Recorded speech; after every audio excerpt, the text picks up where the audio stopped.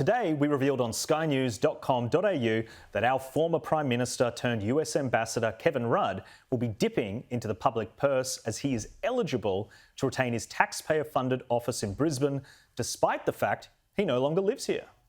Here's the embassy, temporary embassy, here in the middle of DC, not far from the White House. It's been great to spend the first day getting to know each member of the team. Well, some members of the team. It's a big staff here, and it's important for Australia's future interests here in the United States and more broadly in the world. It certainly is a big staff that Rudd has access to in Washington as one of our most senior diplomats representing the country. It makes the fact that his Brisbane office will continue to be funded all the more perplexing. And that's not all. His political advisor, Jared Owens, at the Brisbane office told us this. Senior diplomats speak for the whole country, so they do not generally engage in domestic political commentary.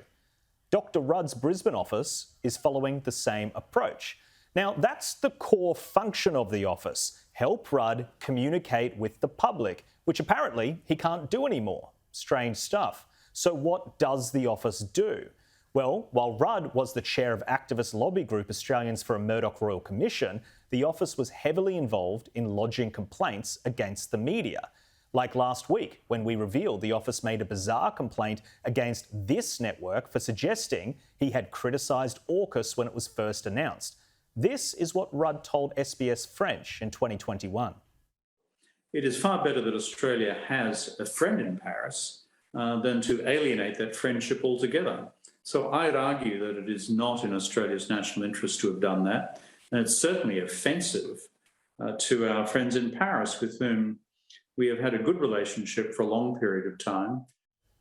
Now, you could be the judge of whether that constitutes criticism of AUKUS and how it was handled. He directly said doing the nuclear submarine deal, which is the central plank of AUKUS, hurt our relationship with France and called it not in our national interest.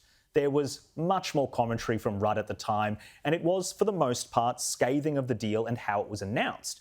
And that is what brings me to the true danger of some of the nation's most powerful and influential politicians attempting to rewrite history and black out criticism. Rudd does not want his public comments to be on the record because it makes him look foolish, ill-informed and out of step with the Australian government's AUKUS agreement. Rudd is the US ambassador, and journalists should closely scrutinise his every action.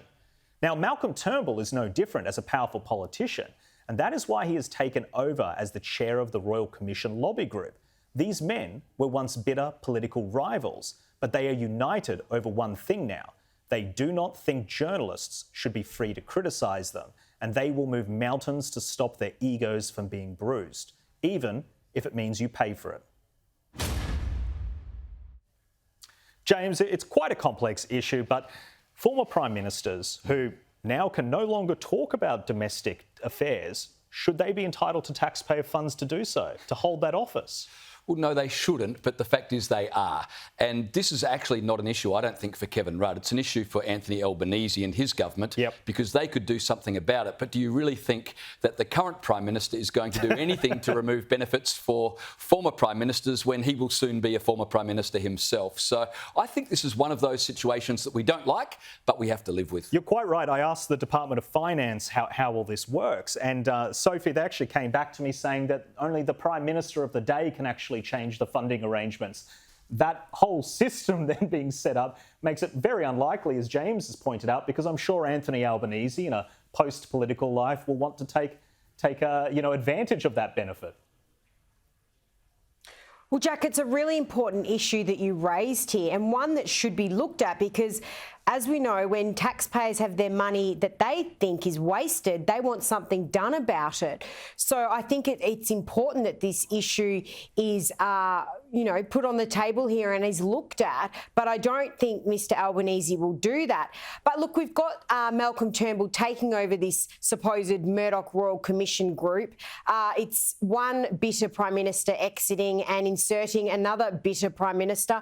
I wish Mr Rudd all the very best in his new role, and I hope it brings him joy and happiness because he seems very miserable, and so does Malcolm Turnbull. You're a very generous person, Sophie, maybe more so than me.